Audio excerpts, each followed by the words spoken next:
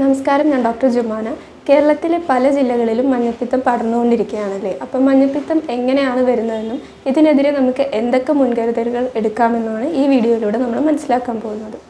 കരളിനെ ബാധിക്കുന്ന അല്ലെങ്കിൽ കരളിന് വീക്കം വരുത്തുന്ന അസുഖമാണ് ഹെപ്പറ്റൈറ്റിസ് അഥവാ ജോണ്ടിസ് എന്ന് പറയുന്നത്. Hepatitis A, B, C, D, E ഇങ്ങനെ പലതരം വൈറസുകളുണ്ട്. പക്ഷേ ഇപ്പോൾ പടർന്നുകൊണ്ടിരിക്കുന്ന മഞ്ഞപ്പിത്തം ഹെപ്പറ്റൈറ്റിസ് എ എന്ന വൈറസ് മൂലമാണ് ഉണ്ടാകുന്നത്. ഇതിൻ്റെ ഇൻക്യുബേഷൻ പീരീഡ് എന്ന് പറയുന്നത് 7 മുതൽ 28 ദിവസം വരെയാണ്. അതായത് വൈറസ് ബാധ ഏറ്റുകഴിഞ്ഞാൽ രോഗി ലക്ഷണങ്ങൾ കാണിക്കാൻ 7 മുതൽ 28 ദിവസം വരെ എടുക്കും. ഓരോ വ്യക്തിയുടെയും രോഗപ്രതിരോധ ശേഷി അനുസരിച്ചിരിക്കും ലക്ഷണങ്ങൾ പുറത്ത് കാണിക്കുന്നത്. അതുപോലെ തന്നെ പ്രായം കൂടുന്തോറും രോഗത്തിൻ്റെ തീവ്രതയും കൂടാൻ ചാൻസ് ഉണ്ട്. മലിനമായ ജലവും മലിനമായ ആഹാരവുമാണ് മഞ്ഞപ്പിത്തം പടരുന്നതിൻ്റെ പ്രധാന സ്രോതസ്സ് എന്ന് പറയുന്നത്. മഞ്ഞപ്പിത്തം ബാധിച്ച വ്യക്തിയുടെ മലത്തിൽ നിന്നും രോഗാണുക്കൾ ജലത്തിലൂടെയും ആഹാരത്തിലൂടെയും കൈവിരലുകളിലൂടെയെല്ലാം മറ്റുള്ളവർക്ക് പകരാം.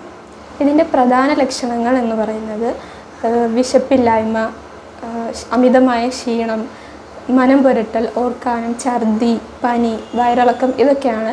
അമിതമായ വോമിറ്റിങ്ങും ഡയറിയയും ഉണ്ടെങ്കിൽ അത് രോഗിയെ നിർജ്ജലീകരണത്തിലേക്കും നയിക്കാൻ ചാൻസ് ഉണ്ട്. അതുവഴി ജീവന് വരെ ആപത്തുണ്ടാവാം. രക്തപരിശോധനയിലൂടെയാണ് നമ്മൾ മഞ്ഞപ്പിത്തം സ്ഥിരീകരിക്കുന്നത്. രോഗം ബാധിച്ച വ്യക്തിയുടെ രക്തം പരിശോധിക്കുന്ന സമയത്ത് ബിലിറുബിൻ 2-ൽ കൂടുതൽ അളവിൽ നിൽക്കുന്നതായിട്ട് നമുക്ക് കാണാൻ പറ്റും. അതുപോലെ SGOT, SGPT 400-ന് മുകളിൽ നിൽക്കുന്നതായിട്ടും കാണാൻ പറ്റും. ഇതിൻ്റെ ഭാഗമായിട്ടാണ് കണ്ണിലും മൂത്രത്തിലും നഖങ്ങളിലുമെല്ലാം മഞ്ഞ നിറം കാണപ്പെടുന്നത്. മഞ്ഞപ്പിത്തം ബാധിച്ച ആളുകളിൽ പഴങ്ങളും പച്ചക്കറികളും ധാരാളം ഉൾപ്പെടുത്തുന്നത് നല്ലതായിരിക്കും. അതുപോലെ ഈ സമയത്ത് നമ്മുടെ ശരീരം വളരെ ക്ഷീണിച്ച അവസ്ഥയിലായതുകൊണ്ട് തന്നെ പെട്ടെന്ന് ദഹിക്കുന്ന പ്രോട്ടീൻ ഡയറ്റുകളും നമുക്ക് എടുക്കാവുന്നതാണ്. മുട്ടയുടെ വെള്ള, പയറുവർഗ്ഗങ്ങൾ പോലുള്ളവയും നമുക്ക് ഡയറ്റിൽ ഉൾപ്പെടുത്താം. ഭക്ഷണത്തോടൊപ്പം തന്നെ പരിപൂർണമായ വിശ്രമം എടുത്താൽ മാത്രമാണ് ഈ ഒരു അസുഖത്തിൻ്റെ ആഘാതം നമ്മുടെ ശരീരത്തിൽ നിന്ന് വിട്ടുമാറുകയുള്ളൂ. സാധാരണഗതിയിൽ അത്യാവശ്യം രോഗപ്രതിരോധ ശേഷിയുള്ള ആളുകളിലാണ് വരുന്നതെങ്കിൽ 2-3 ആഴ്ചകൾക്കുള്ളിൽ തന്നെ അസുഖം ഭേദപ്പെട്ട് വരുന്നത് കാണാം.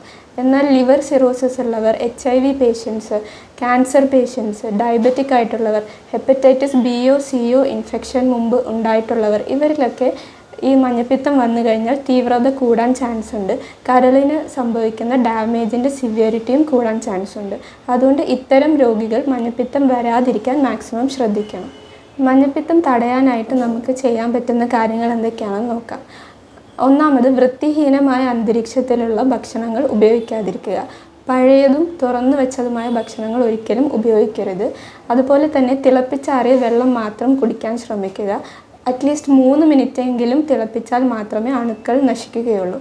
അതുപോലെ തന്നെ തുറസായ പ്രദേശങ്ങളിൽ മലമൂത്ര വിസർജനം ചെയ്യാതിരിക്കുക.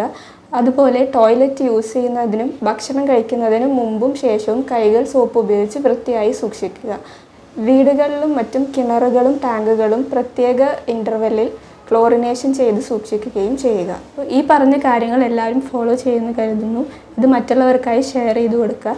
മറ്റൊരു ടോപ്പിക്കുമായി വീണ്ടും കാണാം. Thank you.